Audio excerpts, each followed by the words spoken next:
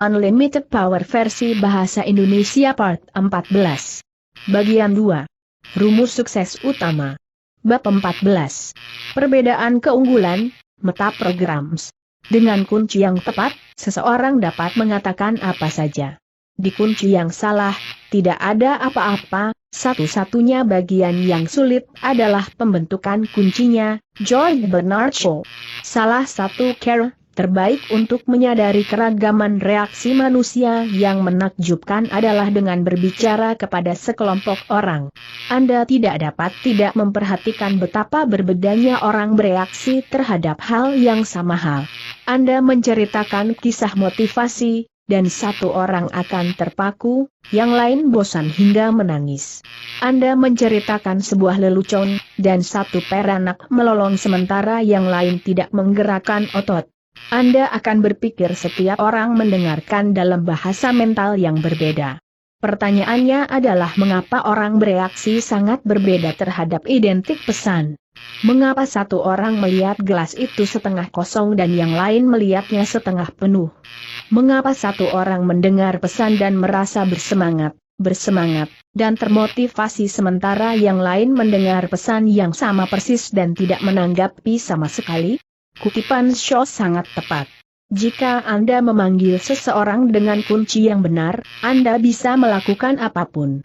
Jika Anda memanggilnya dengan cara yang salah, Anda bisa tidak melakukan apapun.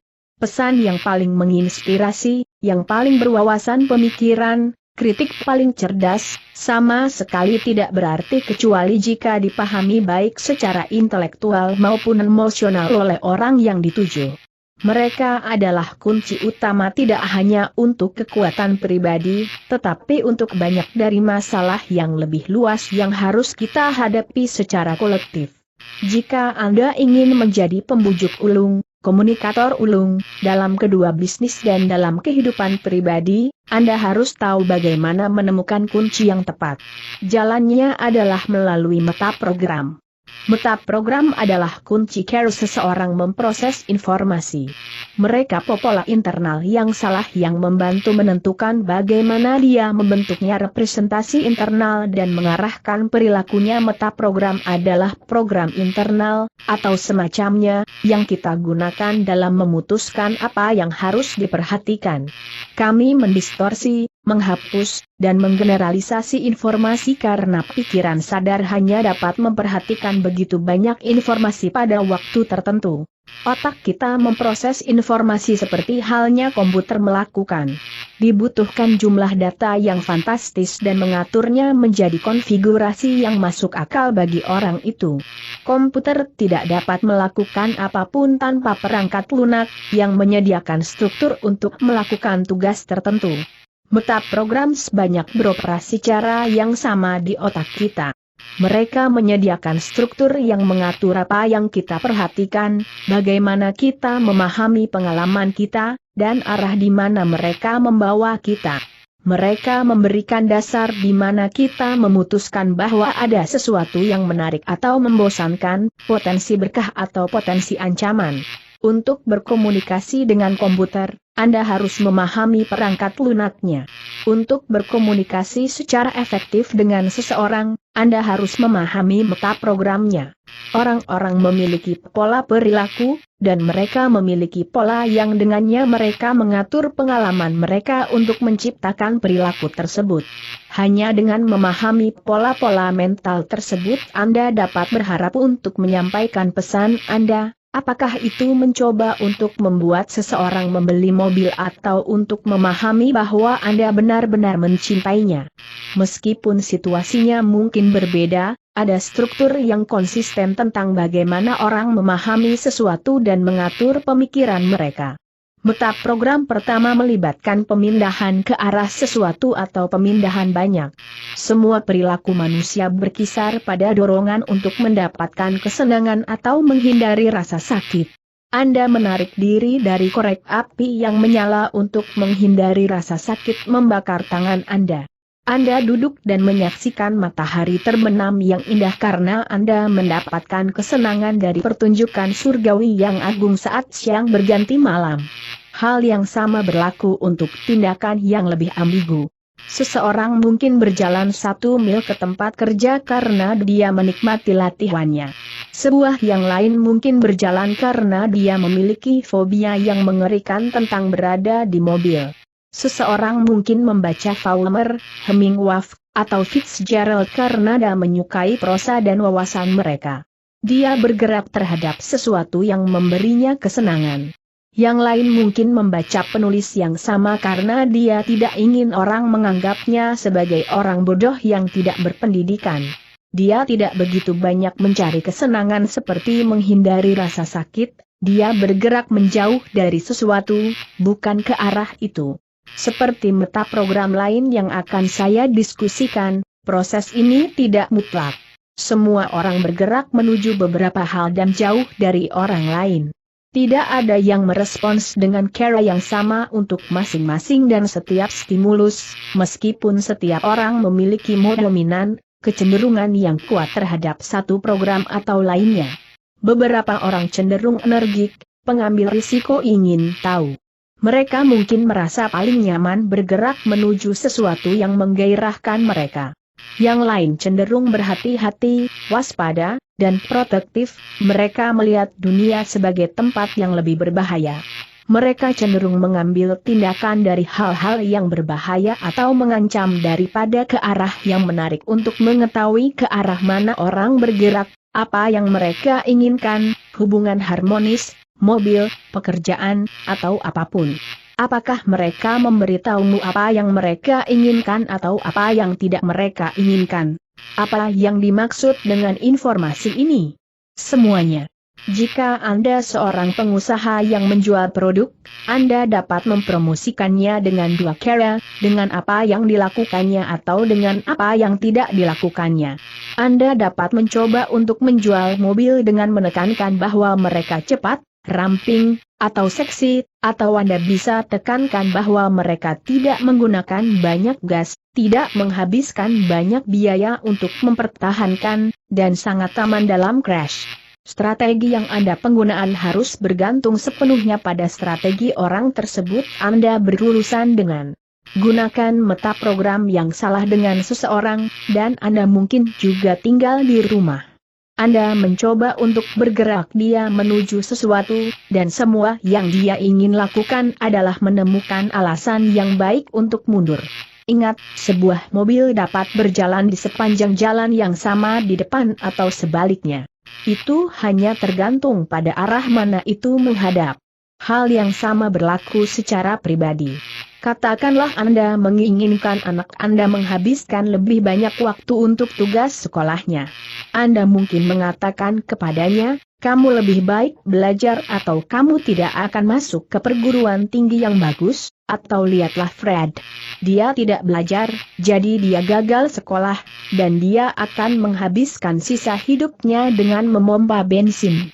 Apakah itu jenis kehidupan yang Anda inginkan untuk diri Anda sendiri? Seberapa baik strategi itu akan berhasil?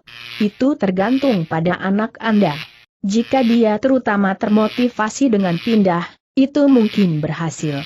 Tetapi bagaimana jika dia bergerak menuju sesuatu?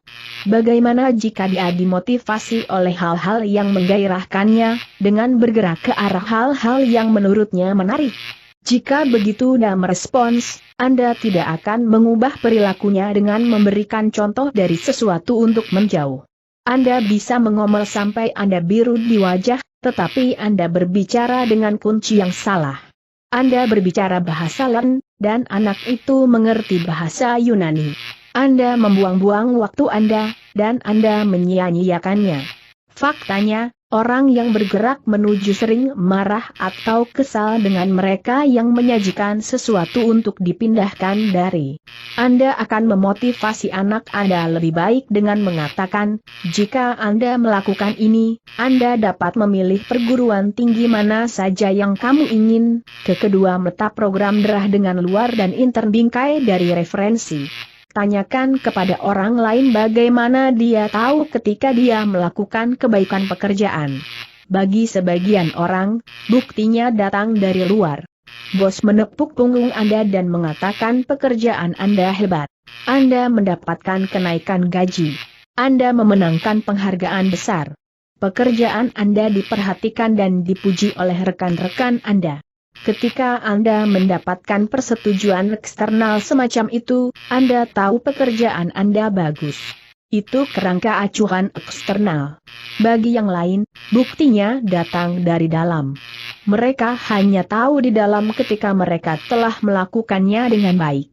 Jika Anda memiliki kerangka acuan internal, Anda dapat merancang sebuah bangunan yang memenangkan segala macam penghargaan arsitektur, tetapi jika Anda tidak merasa itu istimewa, tidak ada persetujuan dari luar yang akan meyakinkan Anda bahwa itu istimewa. Sebaliknya, Anda mungkin melakukan pekerjaan yang mendapat sambutan hangat dari atasan Anda atau teman sebaya, tetapi jika Anda merasa itu pekerjaan yang baik, Anda akan mempercayai naluri Anda sendiri daripada naluri mereka. Itu kerangka acuan internal. Katakanlah Anda mencoba meyakinkan seseorang untuk menghadiri seminar. Anda mungkin berkata, Anda harus menghadiri seminar ini. Dia bagus. Aku telah pergi dan semua temanku telah pergi, dan mereka semua telah pergi memiliki waktu yang hebat dan mengoceh tentang hal itu selama berhari-hari. Mereka semua mengatakannya mengubah hidup mereka menjadi lebih baik. Jika orang yang Anda ajak bicara untuk memiliki kerangka acuan eksternal, kemungkinan Anda akan meyakinkan dia. Jika semua orang mengatakan itu benar, dia akan sering menganggap itu masalah benar. Tetapi bagaimana jika dia memiliki kerangka acuan internal? Kamu akan memiliki waktu yang sulit meyakinkannya dengan mengatakan kepadanya apa yang orang lain miliki dikatakan. Itu tidak berarti apa-apa baginya. Itu tidak menghitung. Anda hanya bisa meyakinkannya dengan menarik hal-hal yang dia tahu sendiri. Bagaimana jika Anda mengatakan kepadanya, ingat rangkaian kuliah yang Anda ikuti tahun lalu? Ingat bagaimana Anda mengatakan itu adalah pengalaman paling mendalam yang Anda miliki selama bertahun-tahun. Yah, saya tahu tentang sesuatu yang mungkin seperti itu. Saya pikir jika Anda memeriksanya, Anda mungkin menemukan bahwa Anda akan memiliki pengalaman yang sama. Apa yang harus dilakukan? Kamu pikir apakah itu akan berhasil? Tentu saja, karena Anda berbicara dengannya dalam bahasanya. Penting untuk dicatat bahwa semua metap program ini terkait dengan channel teks dan stres. Jika Anda telah melakukan sesuatu selama 10 atau 15 tahun, Anda mungkin memiliki kerangka acuan internal yang kuat. Jika Anda baru, Anda mungkin tidak memiliki internal yang kuat kerangka acuan tentang apa yang benar atau salah dalam konteks itu. Jadi, Anda cenderung mengembangkan preferensi dan pola dari waktu ke waktu. Tetapi bahkan jika Anda tidak kidal, Anda masih menggunakan tangan kiri Anda dalam berbagai situasi yang berguna untuk melakukannya. Hal yang sama berlaku untuk metap program. Anda tidak hanya satu arah. Anda dapat bervariasi. Kamu bisa mengubah jenis kerangka acuan apa yang dimiliki sebagian besar pemimpin, di internal atau eksternal? Seorang pemimpin yang benar-benar efektif harus memiliki pemimpin yang kuat bingkai bagian dalam. Dia tidak akan menjadi seorang pemimpin jika dia menghabiskan seluruh waktunya untuk bertanya kepada orang-orang apa pendapat mereka tentang sesuatu sebelum dia mengambil tindakan apapun. Dan, seperti halnya metap program, ada keseimbangan ideal yang harus dicapai. Ingat, hanya sedikit orang yang beroperasi secara ketat di satu ekstrim. Seorang pemimpin yang benar-benar efektif harus mampu menerima informasi secara efektif dari luar juga. Jika tidak, kepemimpinan menjadi megalomania. Setelah salah satu seminar saya baru-baru ini terbuka untuk tamu, seorang pria datang dengan 3 teman dan dengan tegas mengatakan kepada saya tidak dijual. Dia melakukan semua yang dia bisa untuk membuat saya bersemangat. Dengan cepat menjadi jelas bahwa dia sedang menyortir berdasarkan kerangka acuan internal. Orang yang berorientasi eksternal jarang datang dan hanya memberitahu Anda apa yang harus Anda lakukan dan bagaimana Anda harus melakukannya, dan dari percakapannya dengan teman-temannya, juga menjadi jelas bahwa dia menjauh dari berbagai hal. Jadi saya mengatakan kepadanya, saya tidak dapat meyakinkan Anda untuk melakukan apapun. Hanya kamu yang bisa meyakinkanmu. Dia tidak tahu bagaimana menangani tanggapan ini. Dia sedang menunggu saya untuk menyangga barang-barang saya dan dia menolaknya. Sekarang dia harus setuju dengan apa yang saya katakan, karena dia tahu itu benar di dalam. Kemudian saya berkata, Anda satu-satunya orang yang tahu siapa yang akan kalah jika Anda tidak mengikuti kursus. Biasanya ucapan seperti itu akan terdengar mengerikan bagiku. Tapi saya berbicara dalam bahasanya, dan itu berhasil. Perhatikan, saya tidak mengatakan Anda akan kalah jika dia tidak hadir. Jika saya mengatakan itu, dia tidak akan pernah melakukannya. Sebaliknya saya berkata, Anda satu-satunya yang tahu, kerangka referensi internal, siapa yang akan kalah menjauh dari, jika Anda tidak pergi. Dia berkata, ya, itu benar, dan dia pergi ke bagian belakang ruangan dan mendaftar. Sebelum saya belajar tentang metaprogram, saya akan mencoba membujuknya dengan meminta dia berbicara dengan orang lain, kerangka referensi eksternal, yang telah mengambil kursus, dan saya akan memberitahu dia tentang semua manfaat yang akan dia peroleh, bergerak menuju. Tapi itu akan menjadi cara untuk membuatku tertarik, bukan dia. Saya tidak mengatakan dia akan kalah jika dia tidak hadir. Jika saya mengatakan itu, dia tidak akan pernah melakukannya.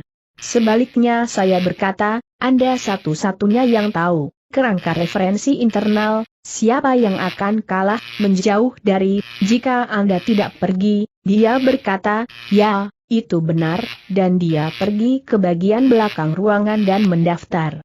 Sebelum saya belajar tentang metaprogram, saya akan mencoba membujuknya dengan meminta dia berbicara dengan orang lain, kerangka referensi eksternal, yang telah mengambil kursus, dan saya akan memberitahu dia tentang semua manfaat yang akan dia peroleh, bergerak menuju.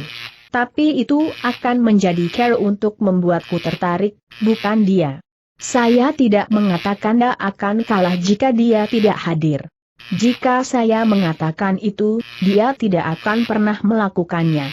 Sebaliknya saya berkata, Anda satu-satunya yang tahu, kerangka referensi internal, siapa yang akan kalah menjauh dari, jika Anda tidak pergi. Dia berkata, ya, itu benar, dan dia pergi ke bagian belakang ruangan dan mendaftar. Sebelum saya belajar tentang metaprogram, saya akan mencoba membujuknya dengan meminta dia berbicara dengan orang lain, kerangka referensi eksternal, yang telah mengambil kursus, dan saya akan memberitahu dia tentang semua manfaat yang akan dia peroleh, bergerak menuju. Tapi itu akan menjadi cara untuk membuatku tertarik, bukan dia, hanya dia yang tahu, kerangka referensi internal, siapa yang akan kalah menjauh dari, jika Anda tidak pergi. Dia berkata, ya, itu benar, dan dia pergi ke bagian belakang ruangan dan mendaftar. Sebelum saya belajar tentang metaprogram, saya akan mencoba membujuknya dengan meminta dia berbicara dengan orang lain, kerangka referensi eksternal, yang telah mengambil kursus, dan saya akan memberitahu dia tentang semua manfaat yang akan dia peroleh, bergerak menuju. Tapi itu akan menjadi cara untuk membuatku tertarik, bukan dia, hanya dia yang tahu, kerangka referensi internal, siapa yang akan kalah menjauh dari, jika Anda tidak pergi. Dia berkata, ya, itu benar, dan dia pergi ke bagian belakang ruangan dan mendaftar.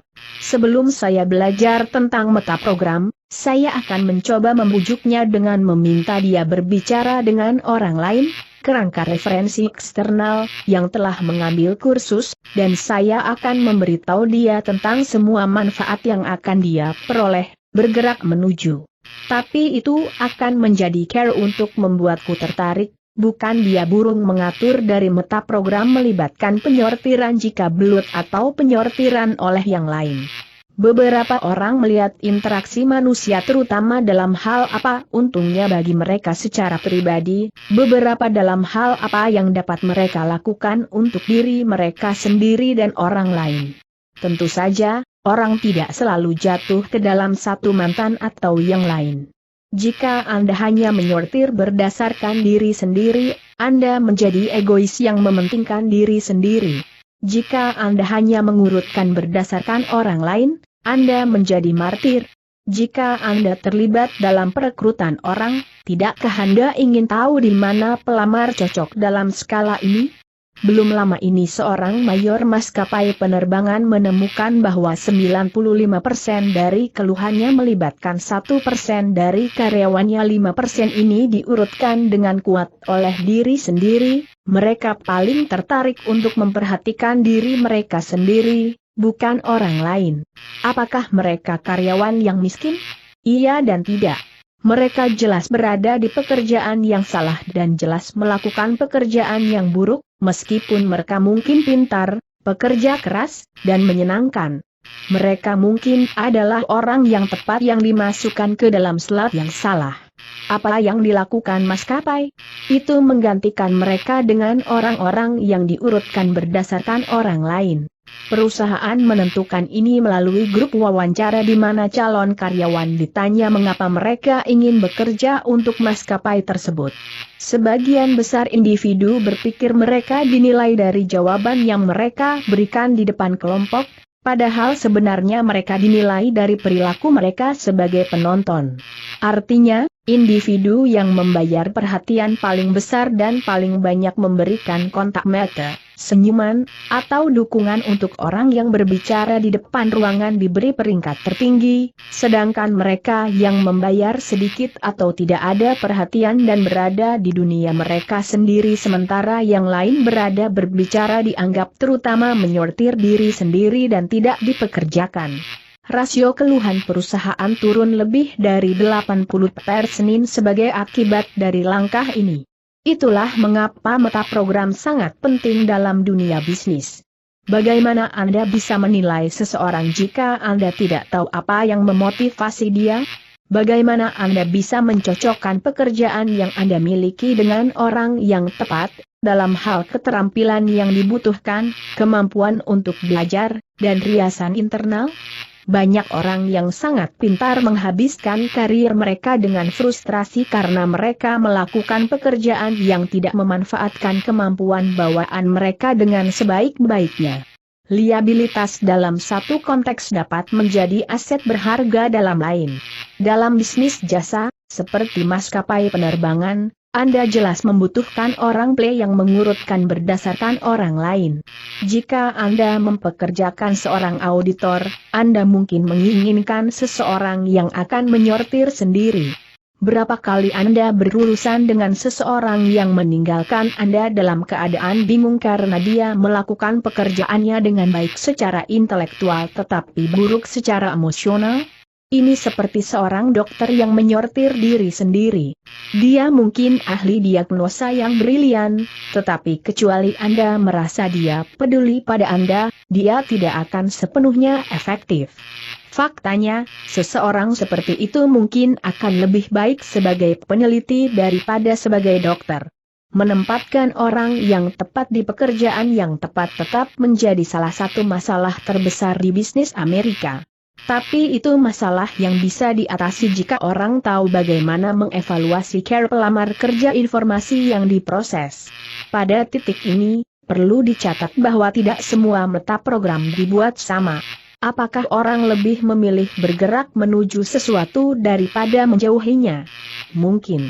Akankah dunia menjadi tempat yang lebih baik jika orang lebih banyak diurutkan berdasarkan orang lain dan lebih sedikit berdasarkan penjualan?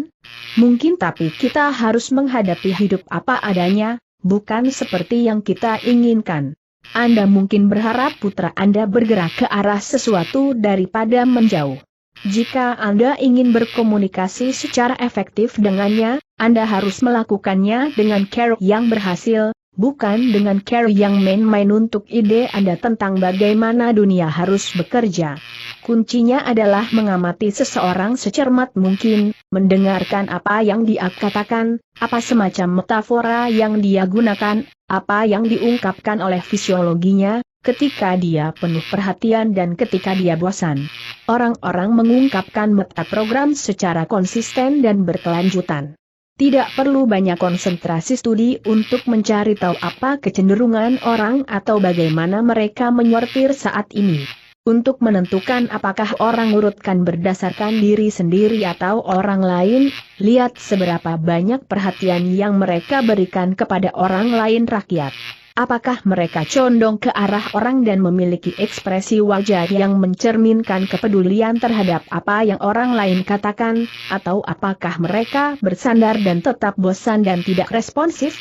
Setiap orang kadang-kadang menyortir sendiri, dan kadang-kadang penting untuk melakukannya. Kuncinya adalah apa yang Anda lakukan secara konsisten dan apakah prosedur penyortiran Anda memungkinkan Anda menghasilkan hasil yang Anda inginkan.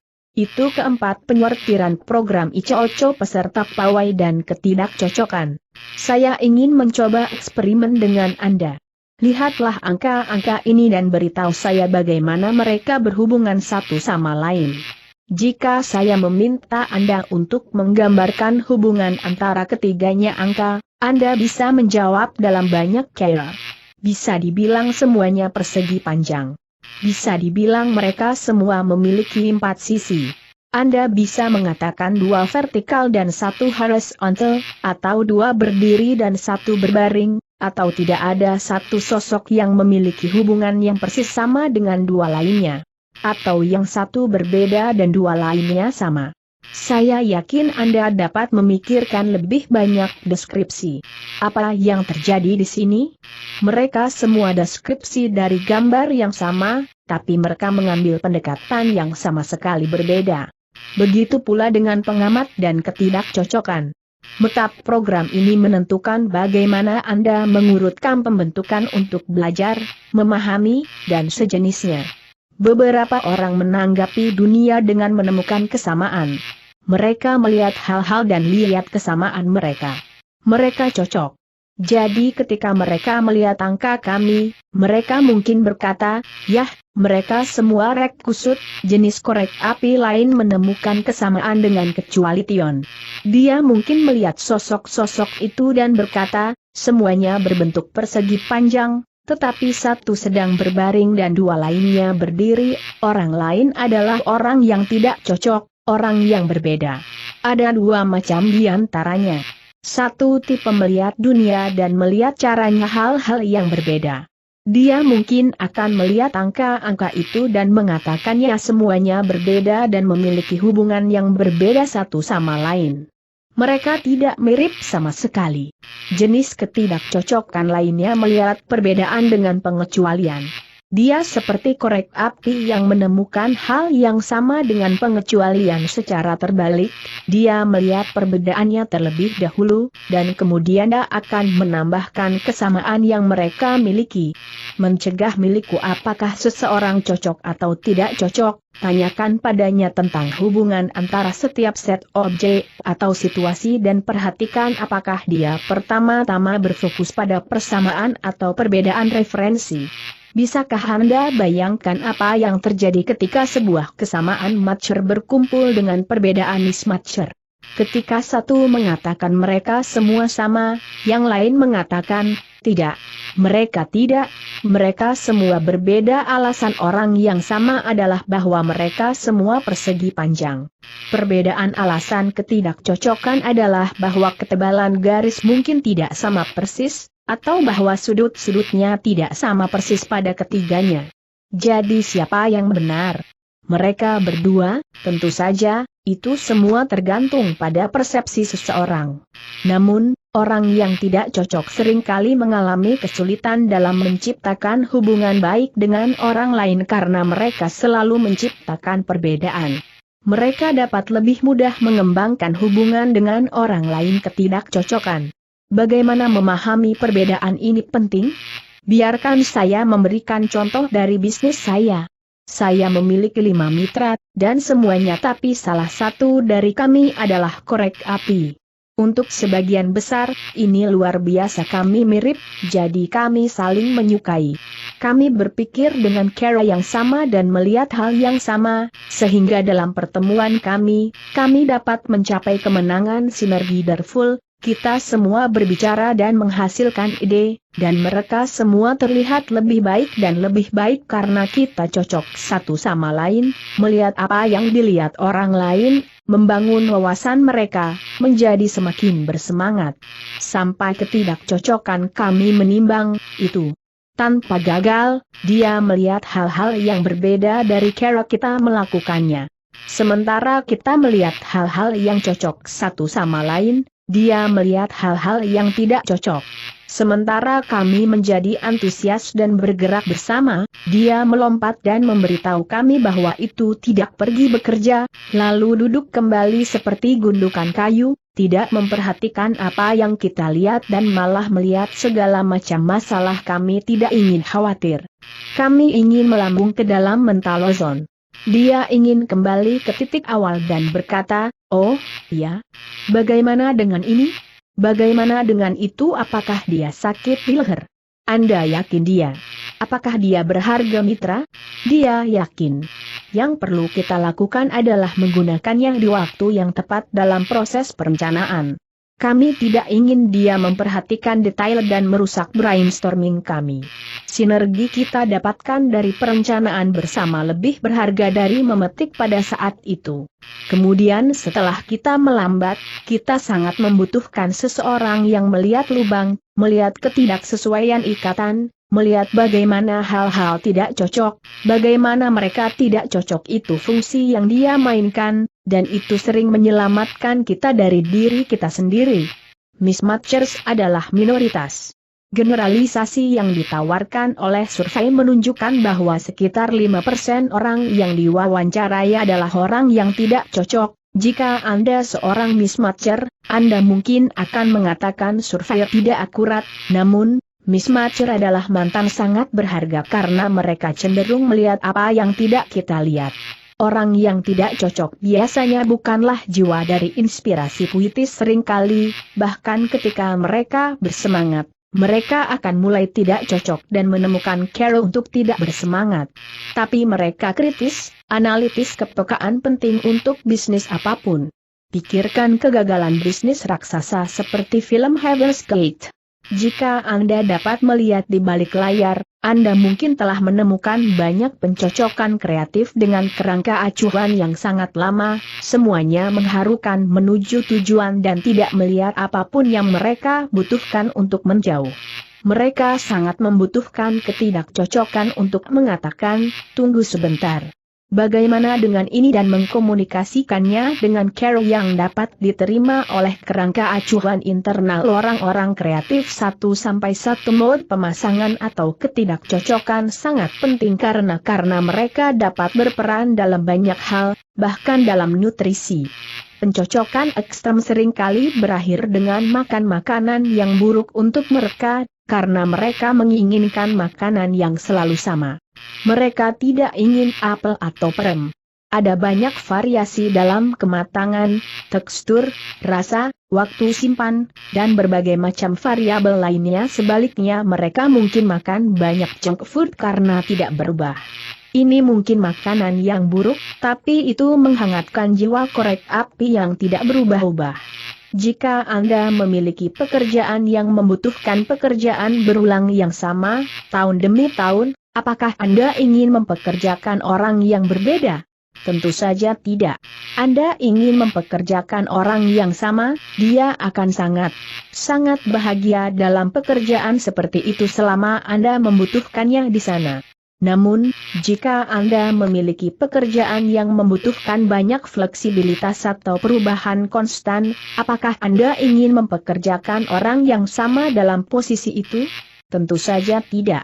Perbedaan ini bisa sangat berguna dalam menemukan jenis pekerjaan apa yang paling membuat orang senang untuk jangka waktu yang lama. Pertimbangkan kasus penendang gawang lapangan sepak bola. Beberapa tahun yang lalu, dia memulai musim dengan sukses besar, menendang dengan akurasi yang luar biasa. tetapi karena dia tidak cocok, dia segera merasa berkewajiban untuk mulai mengubah rutinitasnya, dan dia mengalami kemerosotan. Dia dibujuk untuk berkonsentrasi pada berbagai jenis penggemar di belakang tiang gawang di setiap stadion yang berbeda. Dengan memusatkan perhatian pada betapa berbedanya mereka, dia bisa tidak sesuai dengan isi hatinya pada sesuatu yang sepele sambil tetap melakukan yang terbaik dengan cara yang sama dalam hal yang benar-benar penting.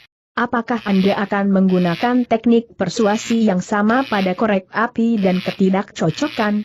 Apakah Anda ingin mereka dalam pekerjaan yang sama? Apakah Anda akan memperlakukan dua anak dengan strategi pencocokan yang berbeda dengan cara yang sama? Tentu saja tidak. Ini bukan untuk mengatakan bahwa strategi tidak dapat diubah. Orang bukan anjing Pavlov. Mereka dapat memodifikasi strategi mereka sampai batas tertentu, tetapi hanya jika seseorang berbicara kepada mereka dalam bahasa mereka sendiri tentang bagaimana melakukannya. Dibutuhkan upaya dan kesabaran yang luar biasa untuk mengubah ketidakcocokan seumur hidup menjadi pencocokan, tetapi Anda dapat membantunya memanfaatkan pendekatannya sebaik mungkin dan menjadi sedikit kurang kasar dan doktriner dalam prosesnya. Itu salah satunya rahasia hidup dengan orang-orang yang berbeda dari Anda. Di sisi lain, sangat berguna bagi para macer untuk melihat lebih banyak perbedaan, karena mereka memiliki kecenderungan untuk menggeneralisasi. Mungkin berguna bagi seorang macer untuk melihat semua perbedaan antara minggu ini dan minggu lalu, atau di antara kota-kota yang mereka kunjungi, daripada mengatakan Los Angeles sangat mirip dengan New York. Fokus sedikit pada berbeda rences juga, mereka adalah bagian dari bumbu kehidupan. Bisakah macer dan Miss Macer hidup bahagia bersama? Tentu, asalkan mereka saling memahami. Dengan cara itu, ketika perbedaan terjadi mereka hanya akan menyadari bahwa orang lain tidak buruk atau salah, dia hanya melihat sesuatu dengan cara yang berbeda. Anda tidak harus benar-benar sama untuk membangun hubungan. Anda melakukannya perlu mengingat perbedaan dalam cara Anda berdua memandang sesuatu dan belajar bagaimana menghormati dan menghargai satu sama lain. Metap program T dan NMT melibatkan U-Bat yang diperlukan untuk RRSC, ya ciar sach bengkak. Strategi meyakinkan memiliki dua bagian. Untuk mengetahui apa yang secara konsisten meyakinkan seseorang, Anda harus terlebih dahulu menemukan tahu blok bangunan sensorik apa yang dia butuhkan untuk diyakinkan, dan kemudian Anda harus menemukan seberapa sering dia harus menerima rangsangan ini sebelum menjadi yakin. Untuk menemukan meta program meyakinkan seseorang, tanyakan, bagaimana Anda tahu ketika seseorang lain baik di pekerjaan? Apakah Anda harus A. melihat mereka atau melihat mereka melakukannya, B. mendengar tentang betapa bagusnya mereka, C. melakukannya dengan mereka, atau D. membaca tentang kemampuan mereka? Jawabannya mungkin kombinasi dari ini. Anda mungkin percaya seseorang itu baik ketika Anda melihatnya melakukan pekerjaan dengan baik dan ketika orang lain memberitahu Anda bahwa dia baik. Pertanyaan berikutnya adalah, seberapa sering seseorang harus mendemonstrasikan dia baik sebelum kamu yakin? Ada 4 kemungkinan jawaban. A. Segera, misalnya, jika mereka menunjukkan bahwa mereka pandai dalam sesuatu sekaligus, Anda percaya mereka. B. Angka kali 2 atau lebih. C. Selama periode waktu, katakanlah, beberapa minggu atau sebulan atau setahun. Dan D. Secara konsisten. Dalam kasus terakhir, seseorang harus menunjukkan bahwa dia baik setiap saat. Jika Anda adalah kepala organisasi, salah satu yang paling berharga menyatakan bahwa Anda dapat mencapai dengan pekerja kunci Anda adalah kepercayaan dan hubungan. Jika mereka tahu Anda peduli dengan mereka, mereka akan bekerja lebih keras dan lebih baik untukmu. Jika mereka tidak mempercayai Anda, mereka tidak akan memberikan untukmu. Tetapi bagian dari membangun kepercayaan itu adalah memperhatikan kebutuhan yang berbeda dari orang yang berbeda. Beberapa orang akan membangun hubungan dan mempertahankannya.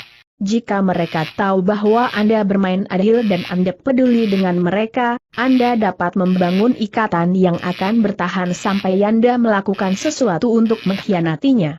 Ini tidak bekerja untuk semua orang. Beberapa pekerja membutuhkan lebih dari itu, entah itu kata-kata manis, memo persetujuan, menunjukkan dukungan publik, atau tugas penting yang harus dilakukan. Mereka mungkin setia dan sama berbakatnya, tetapi mereka membutuhkan lebih banyak verifikasi fiksi dari Anda daripada yang dilakukan orang lain. Mereka membutuhkan lebih banyak bukti bahwa ikatan di antara Anda masih bertahan. Demikian juga, setiap penjualan yang baik pria tahu pelanggan dia hanya harus menjual sekali, dan mereka adalah pelanggan selamanya. Orang lain harus melihat produk 2 atau 3 kali sebelum mereka memutuskan untuk membeli, sedangkan untuk yang lain mungkin 6 bulan dapat berlalu sebelum ada kebutuhan untuk menjual kepada mereka lagi. Lalu tentu saja ada favorit salesman, pria yang telah menggunakan produk Anda selama bertahun-tahun, dan setiap kali Anda masuk dia ingin tahu lagi mengapa dia harus menggunakannya. Dia harus ditampilkan setiap saat. Proses yang sama terjadi dengan intensitas yang lebih besar dalam hubungan pribadi. Dengan beberapa orang, jika Anda bisa buktikan cintamu sekali, kamu sudah membuktikannya selamanya. Dengan orang lain, Anda harus membuktikannya setiap hari. Nilai dari memahami meta program ini adalah bahwa mereka memberi Anda rencana permainan untuk meyakinkan seseorang. Anda tahu sebelumnya apa yang diperlukan untuk meyakinkan dia, dan kamu tidak lagi kesal dengan orang yang kamu harus tampil setiap saat. Anda mengharapkan perilaku itu darinya. Meta program lain adalah kemungkinan versus kebutuhan. Tanyakan kepada seseorang mengapa dia pergi bekerja untuk perusahaannya yang sekarang atau mengapa dia membeli mobil atau rumahnya yang sekarang. Beberapa orang termotivasi terutama oleh kebutuhan, bukan oleh apa yang mereka inginkan. Mereka melakukan sesuatu karena mereka harus. Mereka tidak tertarik untuk mengambil tindakan dengan apa yang mungkin. Mereka tidak bergoyang untuk jenis pengalaman yang tak terbatas. Mereka menjalani hidup dengan mengambil apa yang datang dan apa yang tersedia. Ketika mereka membutuhkan pekerjaan baru atau rumah baru atau mobil baru atau bahkan pasangan baru, mereka keluar dan menerima apa yang tersedia. Yang lain termotivasi untuk mencari kemungkinan. Mereka sedang kurang termotivasi oleh apa yang harus mereka lakukan daripada oleh apa yang mereka inginkan melakukan. Mereka mencari pilihan, pengalaman, pilihan, jalan. Orang yang dimotivasi oleh kebutuhan tertarik pada apa yang diketahui dan apa yang aman. Orang yang dimotivasi oleh kemungkinan sama-sama tertarik pada apa yang tidak diketahui. Dia ingin tahu apa yang bisa berkembang, peluang apa yang mungkin berkembang. Jika Anda seorang majikan, orang seperti apa yang paling ingin Anda pekerjakan? Beberapa orang mungkin akan menjawab, orang yang dimotivasi oleh kemungkinan, lagi pula, memiliki potensi yang kaya akan membuat kehidupan menjadi lebih kaya. Secara naluriah, kebanyakan dari kita, bahkan banyak orang yang termotivasi oleh kebutuhan, akan menganjurkan kebajikan tetap terbuka untuk berbagai tak terbatas arah baru. Pada kenyataannya, itu tidak dipotong dan kering. Ada pekerjaan yang membutuhkan perhatian terhadap detail, ketabahan, dan konsistensi. Mari kita katakanlah Anda seorang inspektur kontrol kualitas di pabrik mobil. Sebuah rasa kemungkinan itu bagus. Namun, apa yang mungkin paling Anda butuhkan adalah rasa kebutuhan. Anda perlu tahu persis apa yang dibutuhkan, dan Anda harus memverifikasi bahwa itu sedang dilakukan. Seseorang yang dimotivasi oleh kemungkinan mungkin akan bosan kaku dalam pekerjaan seperti itu, sementara seseorang yang dimotivasi oleh kebutuhan akan merasa sangat selaras dengan dia. Orang-orang yang dimotivasi oleh kebutuhan juga memiliki kebajikan-kebajikan lain. Beberapa pekerjaan mengaitkan kebajikan partikulat pada keabadian. Saat Anda mengisinya, Anda menginginkan seseorang yang akan bertahan lama. Seseorang yang termotivasi oleh kemungkinan selalu kekurangan pilihan baru, usaha baru, tantangan baru. Jika dia menemukan pekerjaan lain yang tampaknya menawarkan lebih banyak potensi, ada kemungkinan besar dia akan pergi. Bukan jadi jiwa yang agak lamban yang dimotivasi oleh kebutuhan. Dia mengambil pekerjaan ketika dia membutuhkannya. Dia bertahan dengan itu karena bekerja adalah kebutuhan hidup. Ada banyak pekerjaan yang menuntut orang percaya yang bermata pemimpi, suka berpetualang, dan berani mengambil risiko dalam kemungkinan. Jika perusahaan Anda melakukan diversifikasi ke bidang yang sama sekali baru, Anda ingin mempekerjakan seseorang yang akan menyesuaikan diri dengan semua kemungkinan-kemungkinan. Dan ada pekerjaan lain yang menempatkan premium pada soliditas, konsistensi, dan longevity. Untuk pekerjaan yang Anda butuhkan seseorang yang paling termotivasi oleh apa yang dia butuhkan. Sama pentingnya untuk mengetahui apa itu meta program pribadi Anda sehingga jika Anda sedang mencari pekerjaan, Anda dapat memilih salah satu yang akan terbaik mendukung kebutuhan Anda. Prinsip yang sama bekerja dalam memotivasi anak-anak Anda. Mari kita katakanlah Anda mencoba menekankan manfaat pendidikan dan kuliah di perguruan tinggi yang bagus. Jika anak Anda didorong oleh kebutuhan, Anda harus menunjukkan kepadanya mengapa dia membutuhkan pendidikan yang baik. Yoki bisa memberitahunya tentang semua pekerjaan yang mutlak membutuhkan gelar. Anda dapat menjelaskan mengapa Anda membutuhkan dasar matematika untuk menjadi insinyur yang baik atau dalam keterampilan bahasa untuk menjadi guru yang baik. Jika anak Anda termotivasi dengan kemungkinan, Anda akan mengambil pendekatan yang berbeda. Dia bosan dengan apa yang harus dia lakukan, jadi kamu akan menekankan kemungkinan yang tak terbatas terbuka untuk mereka yang memiliki pendidikan yang baik. Tunjukkan padanya bagaimana belajar itu sendiri adalah jalan terbesar untuk kemungkinan, isi otaknya dengan gambaran tentang jalan baru untuk dijelajahi, dimensi baru untuk dibuka, hal-hal baru untuk ditemukan. Dengan setiap anak hasilnya akan sama, meskipun cara Anda membimbingnya ke sana sangat berbeda. Anot meta program adalah gaya Aversmsu, all eating. Setiap orang memiliki strateginya sendiri untuk bekerja. Beberapa orang tidak bahagia kecuali mereka berada di kompromi. Mereka memiliki kesulitan besar untuk bekerja sama dengan orang lain dan tidak dapat bekerja dengan baik di bawah banyak pengawasan. Mereka harus menjalankan pertunjukan mereka sendiri. Fungsi lainnya terbaik sebagai bagian dari kelompok. Kami menyebut strategi mereka sebagai strategi kooperatif. Mereka ingin berbagi tanggung jawab untuk setiap tugas yang mereka ambil. Yang lain lagi memiliki strategi kedekatan, yang ada di suatu tempat di antara. Mereka lebih suka bekerja dengan orang lain sambil memegang tanggung jawab tunggal untuk suatu tugas. Mereka bertanggung jawab tetapi tidak sendirian. Jika Anda ingin titik untuk mendapatkan hasil maksimal dari karyawan Anda, atau anak-anak Anda, atau mereka yang Anda awasi, cari tahu strategi kerja mereka, cara yang paling efektif. Kadang-kadang Anda akan menemukan seorang karyawan yang brilian tetapi sakit di leher. Dia selalu harus melakukan sesuatu dengan caranya. Sekarang dia mungkin tidak cocok menjadi karyawan. Dia mungkin tipe orang yang harus lari bisnisnya sendiri, dan cepat atau lambat dia mungkin akan melakukannya jika Anda tidak memberikan jalan untuk berekspresi. Jika Anda memiliki yang berharga karyawan seperti ini, Anda harus mencoba mencari cara untuk memaksimalkan bakatnya dan memberinya otonomi sebanyak mungkin. Jika Anda menjadikannya bagian dari tim, dia akan membuat semua orang gila. Tetapi jika Anda memberinya kebebasan sebanyak mungkin, dia bisa terbukti sangat berharga. Itulah konsep baru kewirausahaan. Anda pernah mendengar tentang prinsip Fidel, gagasan bahwa semua orang dipromosikan ke tingkat ketidakmampuan mereka. Satu alasan ini yang terjadi adalah pengusaha seringkali tidak peka terhadap strategi kerja karyawannya. Ada orang-orang yang bekerja paling baik dalam lingkungan kooperatif. Mereka berkembang pada sejumlah besar umpan balik dan interaksi manusia. Maukah Anda menghargai pekerjaan baik mereka dengan menempatkan mereka bertanggung jawab atas beberapa usaha otonom baru?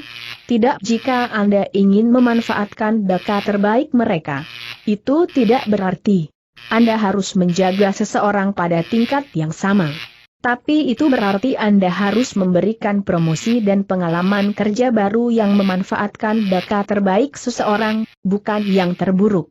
Demikian juga, banyak orang dengan strategi kedekatan ingin menjadi bagian dari tim tetapi perlu melakukan pekerjaan mereka sendiri. Dalam setiap struktur ada pekerjaan yang memelihara ketiga strategi. Kunci adalah memiliki ketajaman untuk mengetahui bagaimana orang bekerja dengan baik dan kemudian menemukan tugas yang mereka jalani. Inilah latihan yang harus dilakukan hari ini. Setelah membaca bab ini, berlatih memunculkan meta program PEPLE. Tanyakan kepada mereka, apa yang Anda inginkan dalam suatu hubungan, atau rumah atau mobil atau karier. Bagaimana Anda tahu kapan Anda telah berhasil dalam sesuatu? Apakah hubungan antara apa yang Anda lakukan bulan ini dan apa yang Anda lakukan bulan lalu? Seberapa sering seseorang harus menunjukkan sesuatu kepada Anda sebelum Anda yakin itu benar? Ceritakan tentang pengalaman kerja favorit dan mengapa itu penting bagi Anda. Apakah orang tersebut memperhatikan Anda saat Anda mengajukan pertanyaan ini? Apakah dia tertarik dengan tanggapan Anda? Atau, apakah dia bekerja di tempat lain? Ini hanya beberapa pertanyaan yang dapat Anda ajukan untuk berhasil memperoleh meta program yang telah kita diskusikan. Jika Anda tidak mendapatkan informasi yang Anda butuhkan, ulangi pertanyaannya sampai Anda melakukannya. Pikirkan hampir semua masalah komunikasi yang Anda miliki, dan Anda mungkin akan menemukan bahwa memahami meta program orang tersebut akan membantu Anda menyesuaikan komunikasi sehingga masalah tersebut hilang.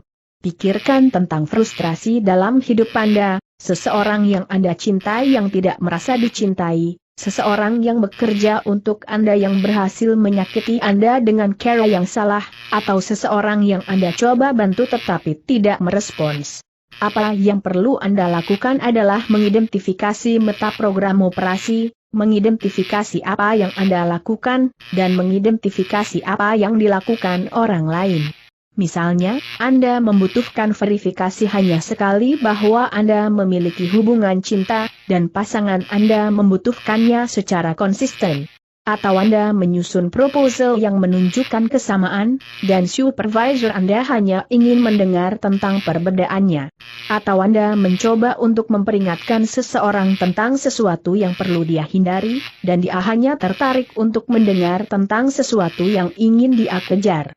Ketika Anda berbicara dengan kunci yang salah, pesan yang masuk adalah yang salah.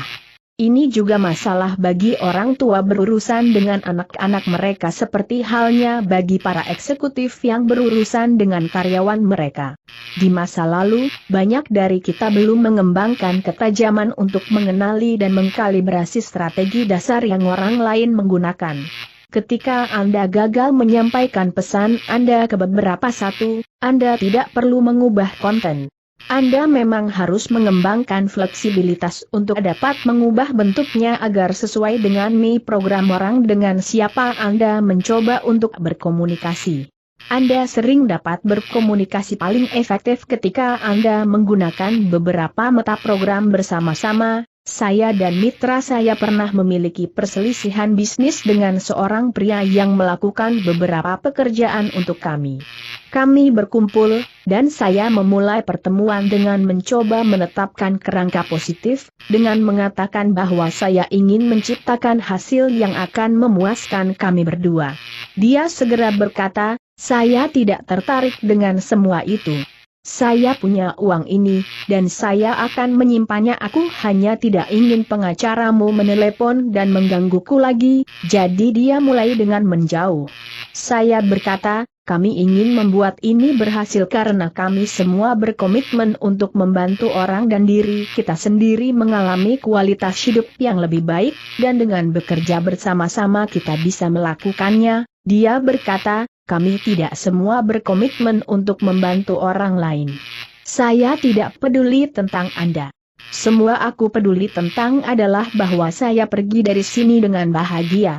Saat pertemuan dilanjutkan dengan sangat sedikit kemajuan, menjadi jelas bahwa dia pindah dari, bahwa dia menyortir sendiri, bahwa dia tidak cocok, bahwa dia memiliki kerangka acuan internal, dan dia tidak percaya hal-hal kecuali dia melihat mereka, mendengar mereka, dan membuat mereka terus-menerus diperkuat. Metap program ini tidak cocok dengan cetak biru untuk kesempurnaan komunikasi, terutama karena saya kebalikan dari hampir semua hal ini. Kami berbicara selama hampir 2 jam tanpa kemajuan, dan saya hampir siap untuk menyerah. Dan kemudian sebuah bola lampu akhirnya menyala di kepala saya, dan saya mengganti persneling. Saya berkata, Anda tahu ide yang ada dalam pikiran Anda, saya memilikinya di sini. Lalu saya membuat tinju.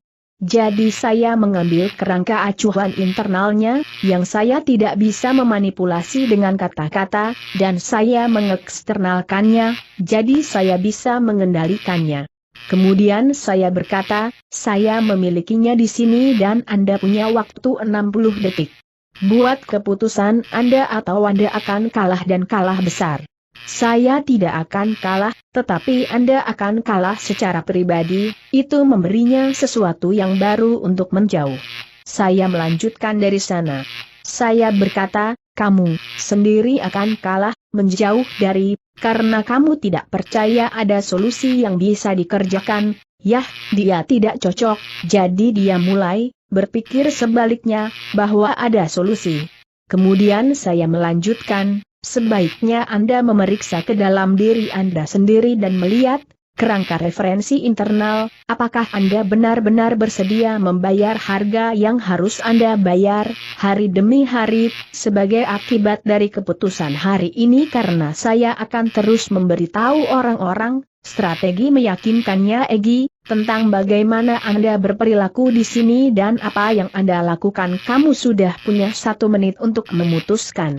Anda dapat memutuskan sekarang bahwa Anda ingin menyelesaikan masalah ini atau jika tidak, Anda akan kehilangan segalanya, Anda secara pribadi, selamanya. Periksa saya. Lihat apakah saya kongruen, butuh 20 detik baginya untuk melompat dan berkata, lihat, teman-teman, saya selalu ingin bekerja dengan Anda. Saya tahu kita bisa mengerjakan sesuatu keluar, dia tidak melakukannya dengan enggan. Dia bangkit dengan antusias, seperti meskipun kami adalah teman sejati. Dia berkata, aku hanya ingin tahu kita bisa berbicara, mengapa begitu positif setelah 2 jam? Karena saya telah menggunakan meta programnya, bukan model dunia saya, untuk memotivasinya. Apa yang saya katakan akan menjadi penghinaan bagi saya. Saya pernah mendapatkan frustrasi dengan orang-orang ketika mereka berperilaku dengan cara yang kebalikan dari saya sampai saya mengetahui bahwa orang yang berbeda memiliki meta program dan pola yang berbeda. Prinsip-prinsip penyortiran meta program yang telah kami tangani sejauh ini adalah penting dan kuat. Namun, hal yang penting untuk diingat adalah bahwa jumlah meta program yang Anda ketahui adalah hanya dibatasi oleh kepekaan, kesadaran, dan imajinasi Anda. Salah satu kunci sukses dalam segala hal adalah kemampuan untuk membuat perbedaan baru. Meta program memberi Anda alat untuk membuat perbedaan sosial dalam memutuskan bagaimana menghadapi orang. Anda tidak terbatas pada meta program yang dibahas di sini. Menjadi studi lakukan kemungkinan. Terus-menerus mengukur dan mengkalibrasi orang sekitarmu. Catat pola spesifik yang mereka miliki untuk memahami dunia dan mulai menganalisis jika orang lain memiliki kesamaan pola. Melalui pendekatan ini Anda dapat mengembangkan seluruh rangkaian perbedaan tentang orang-orang yang dapat memberdayakan Anda dalam mengetahui cara berkomunikasi secara efektif dengan semua jenis orang. Sebagai contoh, beberapa orang mengurutkan terutama berdasarkan perasaan dan lainnya mengurutkan berdasarkan pemikiran logis. Maukah Anda mencoba membujuk mereka dengan cara yang sama? Tentu saja tidak. Beberapa orang membuat keputusan hanya berdasarkan fakta dan angka tertentu.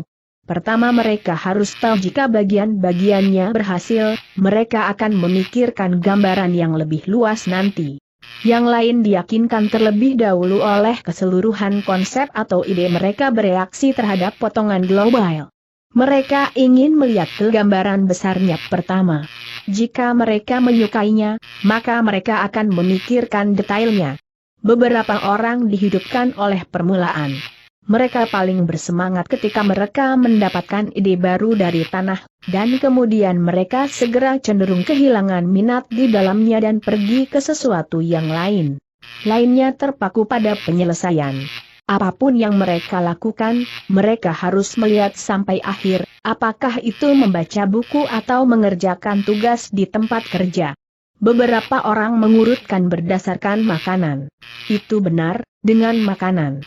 Hampir semua hal yang mereka lakukan atau pertimbangkan untuk dilakukan dievaluasi dalam kaitannya dengan makanan.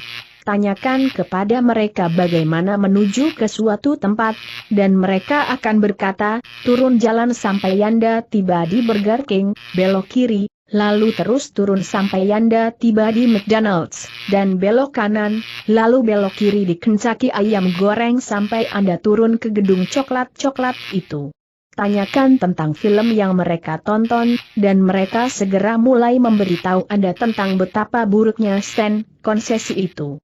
Tanyakan tentang pernikahan, dan mereka akan memberitahu Anda tentang kue itu. Seseorang yang mengurutkan terutama berdasarkan orang akan berbicara banyak tentang orang-orang di pesta pernikahan atau orang-orang di FDM. Seseorang yang mengurutkan berdasarkan aktivitasnya akan berbicara tentang apa yang sebenarnya terjadi di pernikahan, apa yang terjadi dalam film, dan sebagainya. Hal lain yang disediakan oleh metaprogram adalah model keseimbangan. Kita semua mengikuti satu strategi atau lainnya untuk menggunakan metaprogram. Untuk beberapa metaprogram kami mungkin bersandar sedikit lebih ke satu sisi daripada ke sisi lain. Untuk orang lain kita mungkin merayun liar ke satu strategi alih-alih yang lain. Tapi tidak ada yang terukir di batu tentang salah satu strategi tersebut. Sama seperti Anda dapat membuat keputusan untuk menempatkan diri Anda dalam keadaan memberdayakan, Anda dapat memilih untuk mengadopsi metaprogram yang membantu daripada menghalangi Anda. Apa yang dilakukan metaprogram adalah memberitahu otak Anda apa yang harus dihapus. Jadi, jika Anda bergerak menuju, misalnya, Anda menghapus hal-hal untuk menjauh. Jika Anda menjauh, Anda menghapus hal-hal yang bisa Anda tuju. Untuk mengubah metaprogram Anda, yang harus Anda lakukan adalah menyadari hal-hal yang biasanya Anda hapus. Dan mulailah memusatkan perhatian Anda pada mereka. Jangan membuat kesalahan dengan mengacaukan diri Anda dengan perilaku Anda atau melakukan hal yang sama dengan orang lain. Anda berkata, saya tahu Joe. Dia melakukan ini dan ini dan ini. Nah, Anda tidak tahu Joe. Anda mengenalnya melalui perilakunya. Tapi dia bukan miliknya. Half yours lebih dari Anda adalah milik Anda. Jika kamu adalah seseorang yang cenderung menjauh dari segalanya, mungkin itu polamu dari perilaku. Jika Anda tidak menyukainya, Anda dapat mengubahnya. Bahkan, tidak ada alasan bagi Anda untuk tidak berubah. Anda memiliki kekuatan sekarang.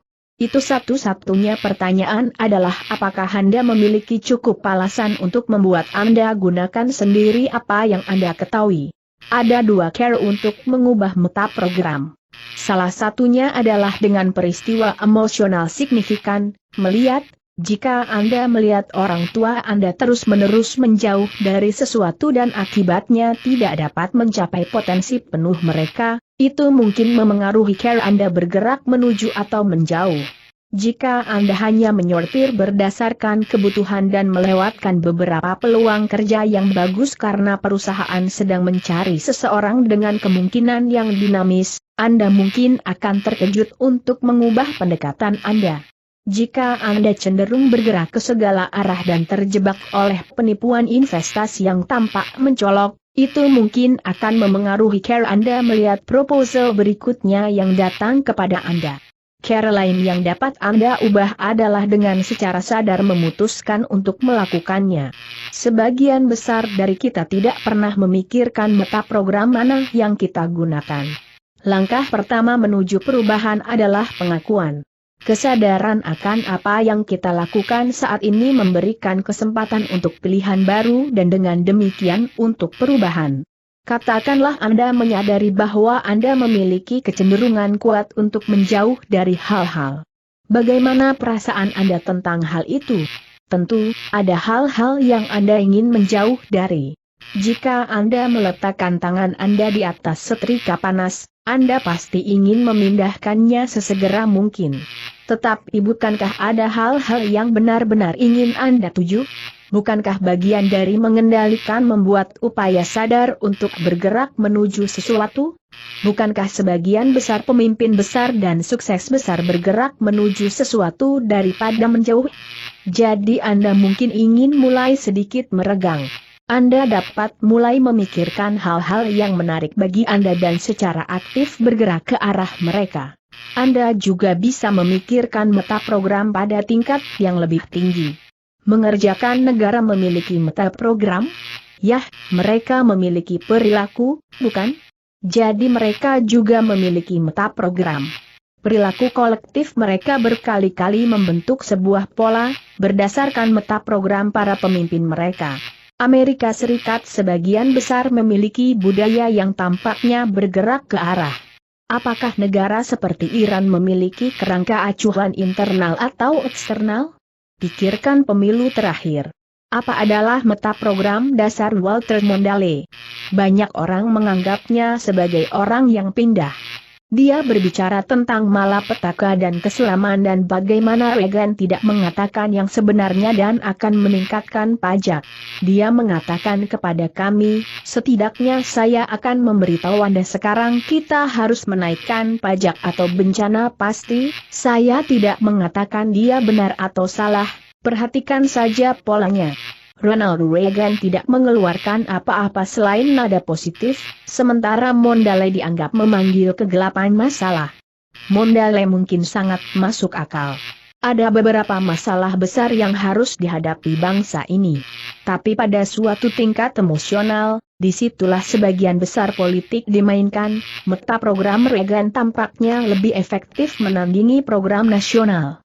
Seperti semua hal lain dalam buku ini, meta program harus digunakan pada dua tingkat. Yang pertama adalah sebagai alat untuk mengkalibrasi dan memandu komunikasi kita dengan orang lain. Sama seperti fisiologi seseorang akan memberitahu Anda banyak cerita tentang dia, meta programnya akan berbicara dengan fasih tentang apa yang memotivasinya dan membuatnya takut mati. Yang kedua adalah sebagai alat untuk perubahan pribadi. Ingat, Anda bukan perilaku Anda. Jika Anda cenderung menjalankan pola apapun yang bertentangan dengan Anda, yang harus Anda lakukan hanyalah mengubahnya. Meta Programs menawarkan salah satu alat yang paling berguna untuk kalibrasi dan perubahan pribadi. Dan mereka menyediakan kunci untuk beberapa alat komunikasi paling berguna yang tersedia. Dalam bab berikutnya, kita akan melihat alat komunikasi tak ternilai lainnya, alat yang akan menunjukkan kepada Anda